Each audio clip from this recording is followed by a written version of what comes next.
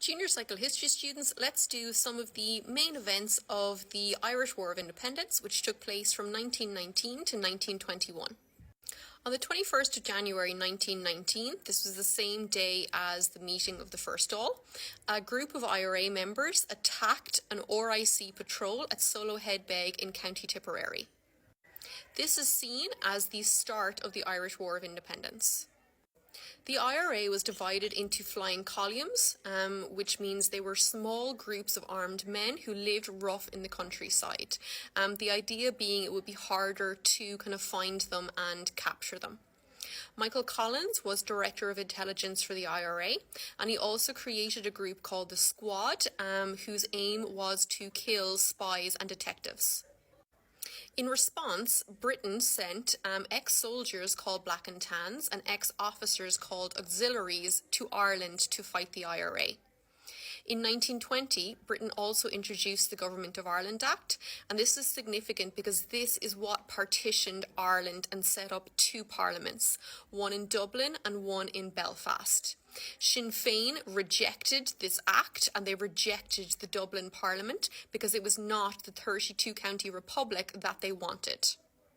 In 1920, the Lord Mayor of Cork, a guy called Tomás McCurtain, he was shot dead by the RIC in his home.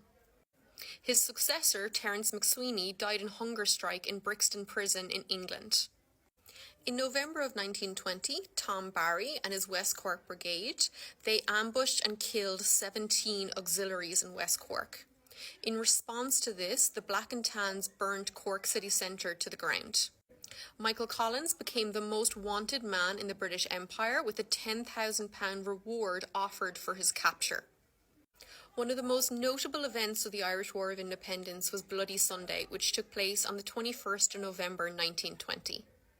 Michael Collins' squad executed 12 British spies and 2 auxiliaries.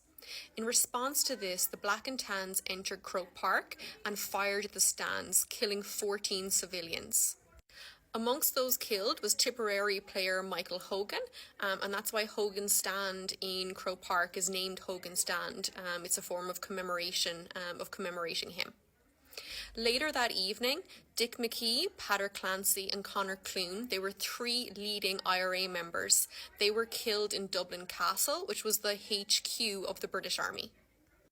By 1921, both sides now wanted peace. The IRA was running out of arms, and the war was incredibly bad for Britain's reputation. So on the 11th of July 1921, a ceasefire between the two sides was called.